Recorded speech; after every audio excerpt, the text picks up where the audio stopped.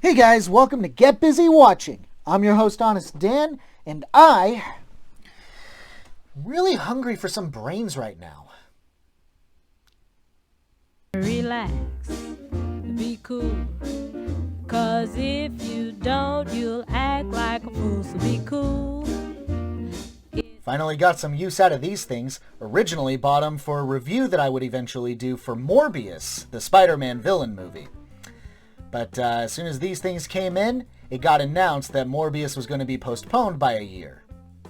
Hey, a little more Zack Snyder for everybody. I'm sure there's more than a few people excited for this, and I gotta say, I was pretty stoked too. A wee bit of clarification in case this crossed anyone else's mind. This is not a sequel to his Dawn of the Dead remake. Aside from maybe an Easter egg or two, it's not connected in any way. Well, let's get this party started. This is my honest opinion of Army of the Dead.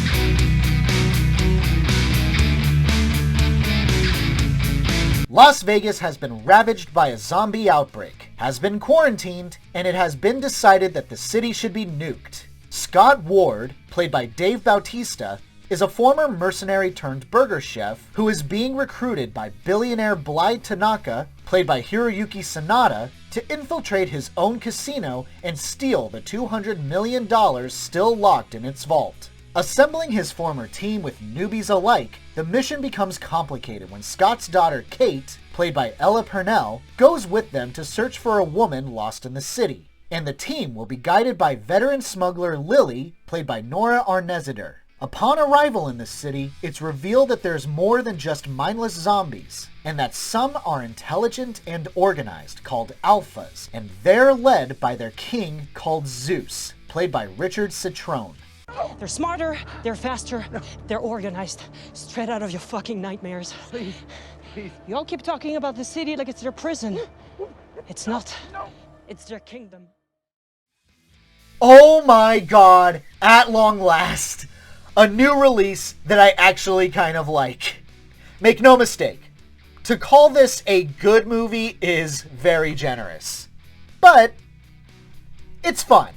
While I might argue that the opening drags out a bit longer than it should, it's perfect in setting up what kind of tone you're in for. I mean, Zeus the Mega Zombie gets freed because a newlywed couple was having a bit too much fun on the freeway and crashes into the military truck and releases it. Idiots don't know how to back the hell up away from a zombie that ain't no ordinary zombie, get killed in the process. It's kind of funny, and it's violent as hell. Just as it should be. This movie knows exactly what it is and doesn't, always, pretend to be anything more than that. Earns the middle of freedom, only to end up working at a burger joint. Mr. Tanaka, I'm well aware of my situation. It's not always well written, not that anyone should be expecting some character study that will make you think about the true meaning of life or anything, no. You do get your fair share of clunky writing and expository dialogue that makes you do this thing, come on, let's get a move on already, and makes you roll your eyes. And it's pretty easy to point at a character and say, yeah, you're definitely gonna die. But in a movie like this, that's not necessarily a bad thing, as the ultimate question becomes, how do they die? And it's just playing the waiting game to see what their ultimate fate is. You wanna make 20 grand? $20,000. Yeah, I'll make 20 fucking grand.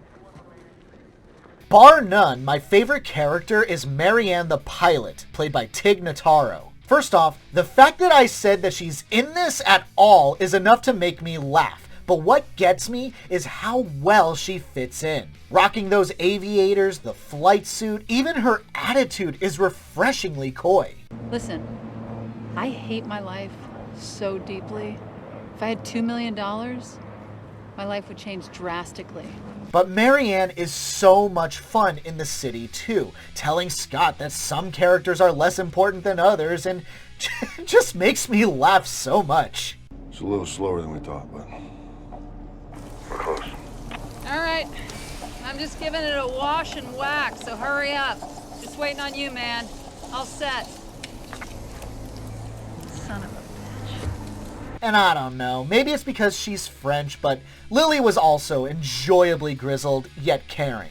I'm completely shocked that she isn't snorting cocaine when people aren't looking due to a tragic backstory. She's just so over-the-top hardcore that I found it kind of endearing. Can I touch it? You want to touch it? Yeah. Just for a second. Just for a second.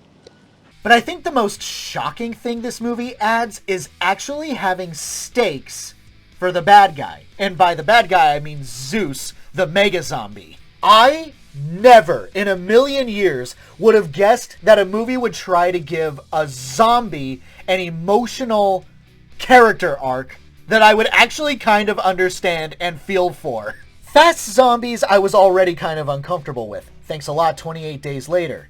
But now we have smart zombies. Well, I guess that's not exactly new either, as technically Land of the Dead tapped into that when one of them starts using an assault rifle. And that's the only one I know of. But yeah, I wasn't expecting this. And because it made me so uncomfortable, I think that's why I kind of liked it.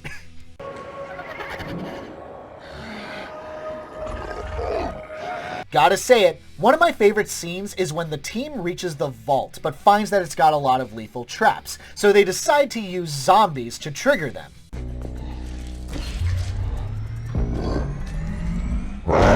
I mean, come on, how do you not get a giggle out of this?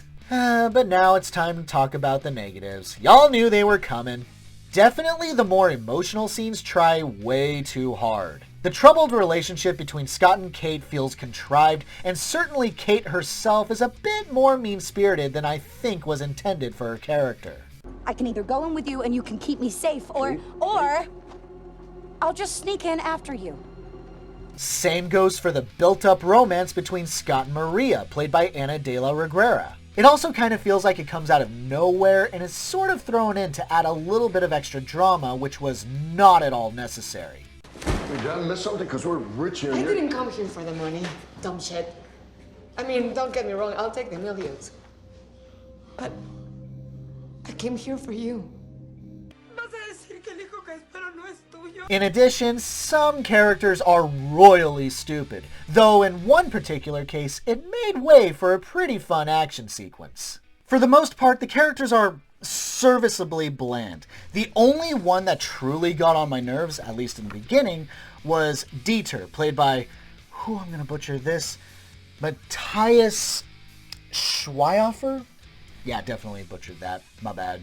It's mostly because he's the overly cowardly character who has no idea what he's doing. It's not like he doesn't serve a purpose, he's the guy who's gonna break into the vault, but the fact that he has to constantly look around and act worried and ask mundane questions like how to kill a zombie, it's just so annoying.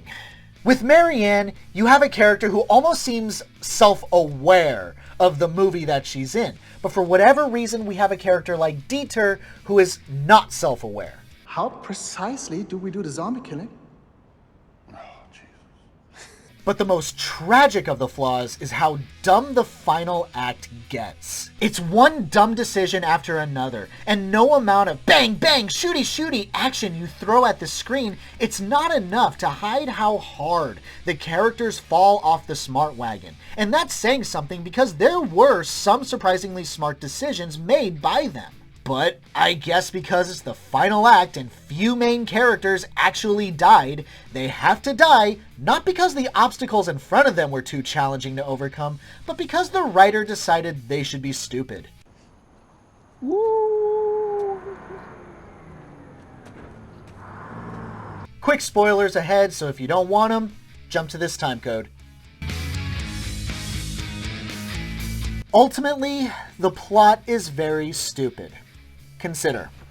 The whole thing is that these guys are sent into a casino to break into the vault to get all the money. But it's revealed by Garrett Dillahunt's character that Tanaka actually doesn't care about the money, but rather wants the head of an alpha, or maybe its blood, which is worth more than what's in the vault. Tanaka doesn't give a shit about the money. What's in this bag? It's worth 10 times what's in that vault. If one alpha head is worth more than $200 million,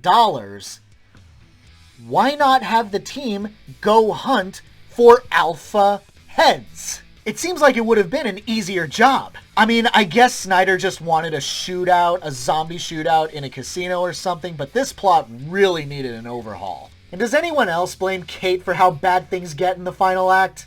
If she hadn't run off to save some who cares character, they would have been in the helicopter flying off with time to spare from the nuclear blast. And if I'm not mistaken, her friend died anyway. So her actions are completely pointless, and I wholly blame her for the death of her father.